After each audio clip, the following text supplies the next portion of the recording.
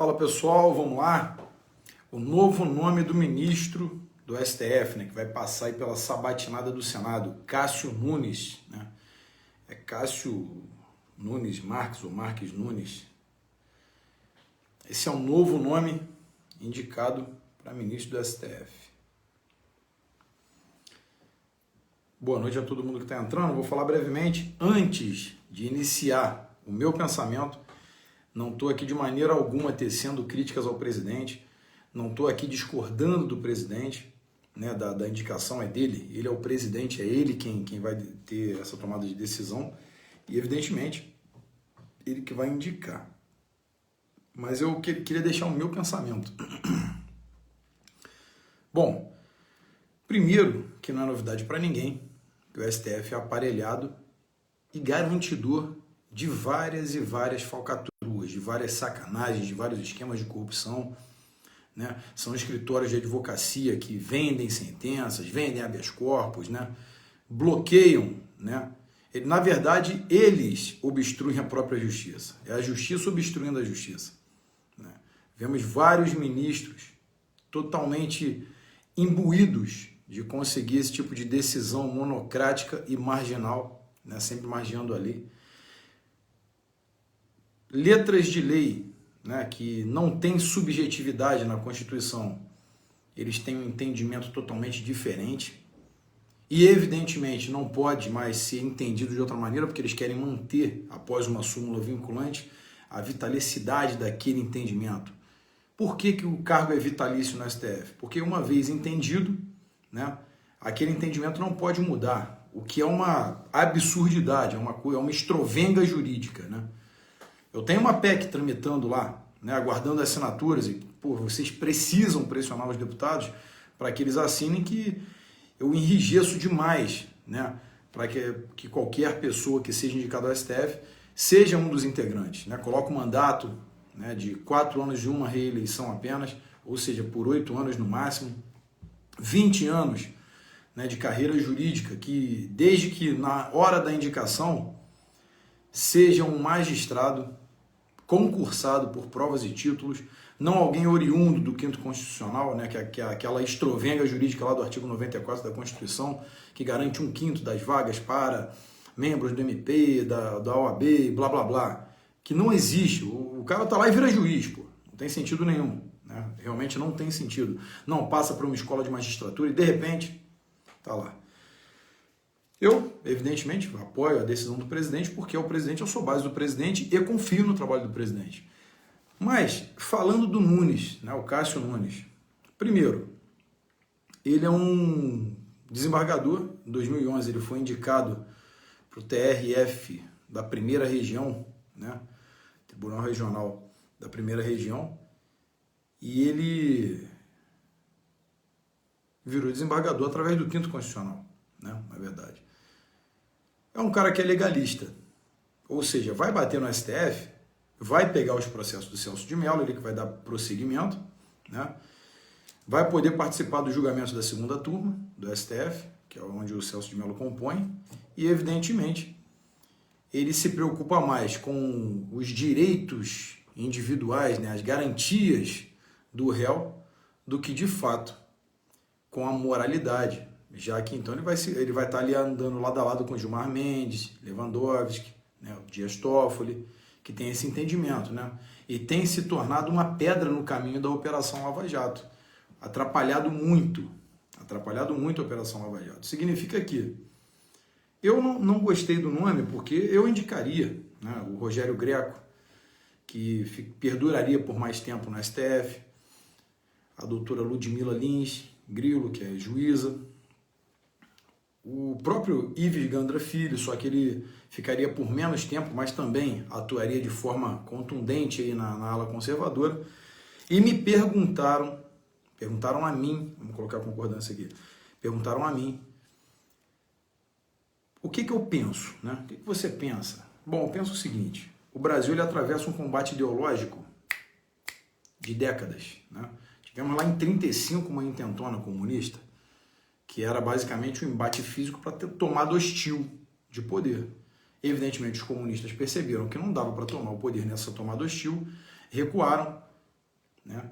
Em 64, o contragolpe ao comunismo, que foi o regime militar, e os comunistas, de forma escamoteada, continuaram doutrinando ali academicamente, né, para que pessoas se tornassem militantes, né, dos progressistas e começassem a entrar na magistratura, né, no ramo do direito, nas escolas, faculdades, como no magistério, né, para que se tornassem professores e pudessem capitanear cada vez mais militantes. E hoje o Brasil enfrenta toda essa tomada socialista que nós temos, e qualquer um que fale que não temos realmente precisa rever todo o seu conceito sobre a política do Brasil, sobre o regime político do Brasil. Temos um presidente, evidentemente, totalmente conservador e que é totalmente republicano. Contudo, nós temos várias instituições que estão totalmente tomadas, com os tentáculos inseridos do socialismo dentro delas, dessas instituições. O que acontece é que algumas pessoas disseram, não, se não fosse um nome como esse, centrado, né, aceito por um e para o outro, não tem isso, gente. Não é um momento de, vamos meiar aqui, vamos agradar gregos e troianos. Ninguém fez isso, nem Jesus Cristo fez isso. Não é um momento de nós colocarmos pessoas que o Davi Alcolumbre falou, opa, vai ser aprovado facilmente. Tu já fica com a pulgazinha aqui, ó, atrás da orelha. Quando o Gilmar Mendes fala, opa, gostei desse nome bom, já tem outra pulga aqui atrás da orelha. Já temos maioria no Senado, vai aprovar. Não vai aprovar fácil. É no mínimo suspeito. É no mínimo suspeito. Tá certo?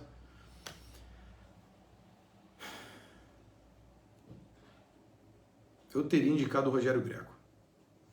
Assim, eu não estou falando como presidente, não. Estou falando, eu teria indicado ao presidente o Rogério Greco. Se eu pudesse ter opinado, eu falaria, presidente, o Rogério Greco é um excelente nome. Para desaparelhar o STF, nós vamos demorar décadas. O STF ele hoje é composto pela turma mais tóxica e desprezível da história. São decisões totalmente ao arrepio da lei. São decisões que vão totalmente no sentido contrário da moralidade da sociedade. Eles vestem aquela toga. O Alexandre de Moraes foi o último a passar pela sabatinada do Senado. Só falou um monte de besteiras, ele não conseguia concatenar ideias, ele não conseguia falar, eram coisas absurdas, né? Liberdade, liberdade, liberdade de expressão, liberdade de expressão, liberdade de expressão. Ele não conseguia parar de falar isso, liberdade de expressão. E é o cara que está tolindo os direitos individuais, os direitos constitucionais, as garantias fundamentais. Ele é o cara que vem tolindo tudo isso. Quer dizer, ficou lá falando direitos fundamentais, garantias individuais, liberdade, liberdade de expressão, pensamento. E olha só a pérola que essa criancinha é. Quer dizer, ou você entra de sola contra a esquerda, ou ficamos reféns dela, com toda certeza. Se nós pegássemos um nome conservador e indicássemos, o que aconteceria é que algumas pessoas geraram a narrativa de não passaria o cacete.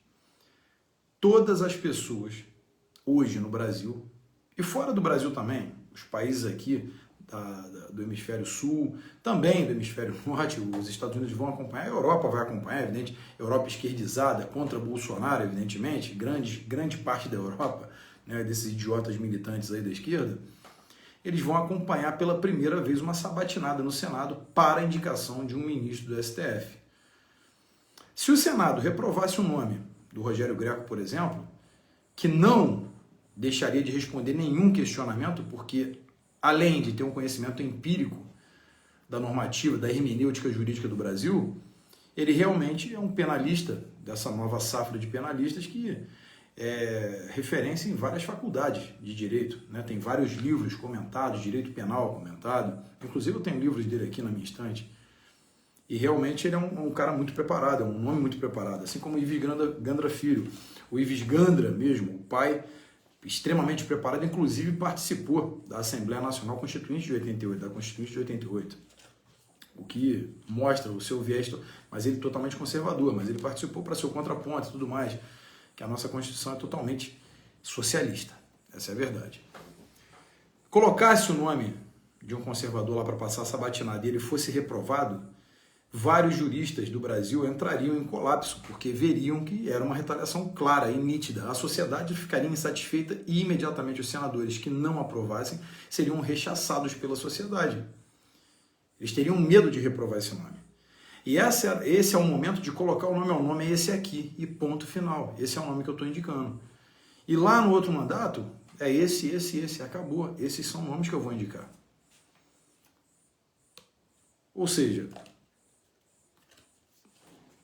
apoio, evidentemente apoio o presidente, vou sempre apoiar, só que eu não gostei do nome, assim, eu não sou simpático ao nome. Pode ser que eu quebre a cara, eu estou rezando para que eu quebre a cara, para que ele chegue lá e faça um trabalho que me mostre totalmente o lado oposto do que eu estou pensando. E eu falei, otário, quebrou a cara. Para mim mesmo, vou lá no espelho e falar, seu imbecil, tu quebrou a cara, bem feito. Né? Pré-julgou, é um pré-julgamento que era desnecessário. Eu quero quebrar minha cara, eu quero quebrar minha cara, eu quero ser um otário de frente para mim mesmo e falar, tu foi um otário no que tu falou. Mas, no momento, e pela vida pregressa do indivíduo aí, gera uma suspeição, né? Eu não vou falar aqui daquela parte filosófica de liberar a lagosta e blá blá blá, isso aí eu nem vou entrar nessa esteira aí não, porque eu acho desnecessário. Ele falou que não incomodaria ele aquela licitação para lagosta e tudo mais, foi a decisão dele, foi o entendimento dele. Bem, mais 2011, indicado pela Dilma aí, pela Dilmanta, para desembargador através do 5º Constitucional, que por mim deveria ser extinto, não deveria existir o 5º Constitucional.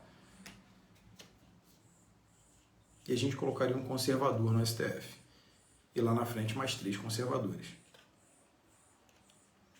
Bom, é isso que eu queria passar para vocês. O meu pensamento é que eu não acredito que seria reprovado o nome conservador, porque as pessoas iriam rechaçar o Senado. A nossa missão em 2022, quer saber a nossa missão?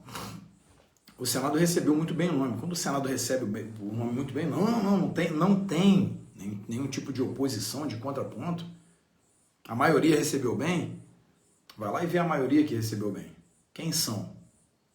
Vai votar, né? Vai julgar, né? Vai julgar os crimes de alguns. Claro que tem alguns lá que respondem por crimes.